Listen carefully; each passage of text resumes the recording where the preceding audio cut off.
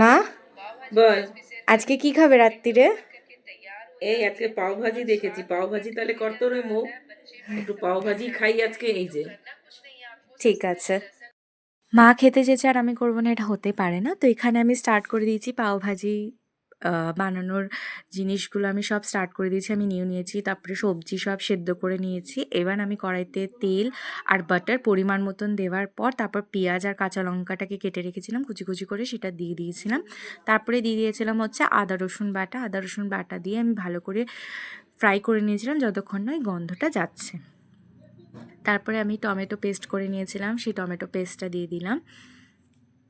Tomato পেস্টটা দেওয়ার পর আমি একটু কাঁচা গন্ধটা যতক্ষণ না টমেটো যাচ্ছে একটু কষিয়ে নিলাম। কষানোর পর তারপরে আমি এর মধ্যে দেবো হচ্ছে মশলা। এবার মশলার মধ্যে আমি দিয়েছিলাম হচ্ছে নুন, হলুদ গুঁড়ো, কাশ্মীর রেড চিলি পাউডার আর রেড চিলি পাউডার আমি দিয়েছিলাম, আর আমি কোনো মশলা দিইনি।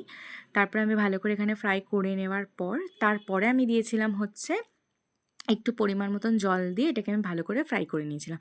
তারপরে আমি দিয়েছিলাম হচ্ছে পাওভাজি মশালা দেওয়ার পর ভালো করে ফ্রাই করে নেওয়ার পর যেই সবজিটাকে আমি স্ম্যাশ করে রেখেছিলাম সেই সবজিটা এবার আমি দিয়ে দেবো।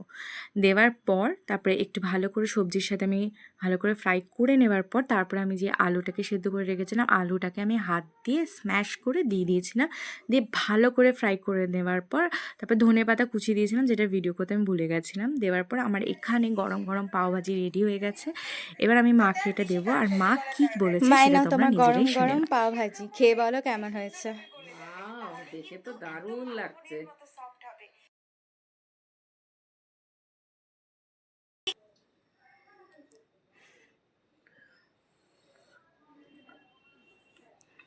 কেমন হয়েছে? দারুণ হয়েছে, দারুণ হয়েছে।